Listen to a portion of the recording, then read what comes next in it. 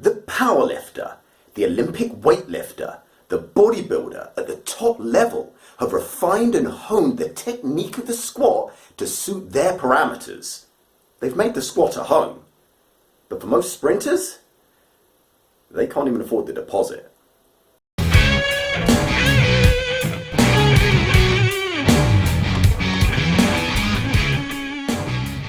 Think about it. Power boys just need to go below parallel. They've chosen a way of squatting that allows them to do that with the most weight. That's the goal. Ollie boys can't squat the same way because they need to get low enough to catch the bar that they've just pulled. And they need to stay upright to make sure they don't dump the catch. That's the goal of their squat. And body boys who, for example, wanted to accentuate the teardrop muscle would choose the sissy squat because that would activate the VMO. That's the goal of their squat. Yeah, sprinters squat, but more in the sense that they're just basically illegally inhabiting someone else's home. Yeah, alright, Mr. Double Entendre. Pick it up. The way to sprint faster is to be able to train to sprint faster, not be imbalanced or injured. But Ben's squat numbers set a line of professional athletes up to squat big, and it's been passed on biblical style.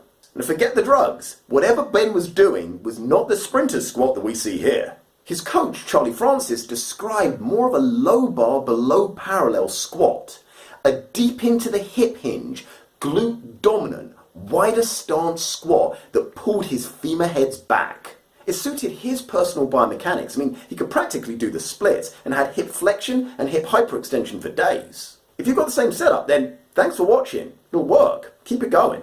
But if you don't have that biomechanical setup with his leverages and muscle attachment points, then maybe consider a sports squat. Oh, and by the way, now that he's on his own, he seems to be making the same mistakes that all the other sprinters make. He's cutting depth, wrapping knees, wearing a belt, and getting some mate to do I don't know what, because he now thinks that the weight's more important than the way that he did it. Yeah, but that big squat number's keeping me warm through these long, hard winters. Gives me confidence in my ability. What's the sports squat going to do for me? The goal of the sports squat is to correct the imbalances that are set up by being so damn good at sprinting. Like I said, if you sprint well, you're probably going to be a gastrocs dominant 4-foot supinator. That's awesome. The problem is, your soleus is probably going to be underdeveloped and your tib ant's going to be non-existent. And that puts a tremendous strain on your Achilles tendons. Use a sports squat as a way of reclaiming some tib ant firing and strength to give your Achilles a break by neurally turning off your gastrocs through reciprocal inhibition. Basically, don't jack up the heels. Do the opposite. Activate the tib ants by pulling the toes up and use the squat to incorporate that tib ant activation into the movement. If you can, find something suitable to lodge your toes under so it can resist you pulling up. Failing that, get that training partner who's been standing behind you spotting, aka looking at his phone, to stand in front of you and push down on your feet. This is going to neurally reconnect you to pulling up with your toes, and it's going to ensure that you go back with your glutes to make sure you don't teabag him. Bend as deeply as you can into your hips. See my hip hinge video. And stop only thinking of progression in terms of load. Range of movement is also a progression variable that's probably a lot more useful to sprinters. Now I know, the hip bend angle in full speed sprinting isn't less than about 85 degrees, so why go deeper? Well, I have covered this in another video, but here's some more reasons. The transfer from squat to sprinting is greatest during the start and acceleration. People justify half squats by looking at the knee angle in sprinting, but it's the hip angle that's producing the power.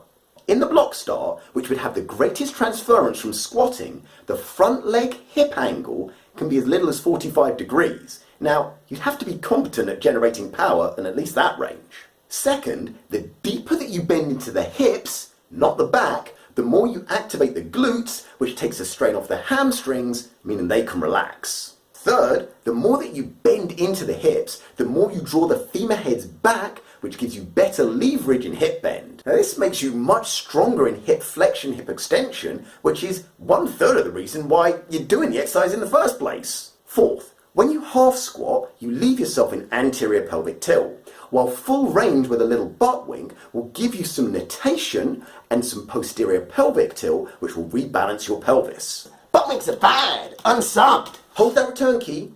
Think specific to sprinters. They tend to be hyperlordotic. They've got too much low back tension. They're suffering from anterior pelvic tilt. So if you go full range, it tends to reduce the weight by half. Now they're getting the necessary balance and control of their pelvis back, which is allowing their glutes to fully activate and stretch, which is taking the strain off their hamstrings, allowing them to relax. And if you've ever spoken to a sprinter, the conversation after the weather is all about pulling. Women and hamstrings. The hamstrings are tight because they're in anterior pelvic tilt with super tight backs, short glutes, and they're doing thousands of reps of ballistic hamstring curl in their running session. The answer is to lengthen the glutes with load, aka full range, so they lengthen and stay long after session, which takes tension off the hamstrings and allows them to relax. This then means overall less stretching and lower chances of overcooking your missed piggies. Yeah, my hamstrings have been cheating on me since last season. But I don't know though. I'm not stretching for hours and hours before each session. What else am I going to do with my time? Look out for the concluding part of the trilogy.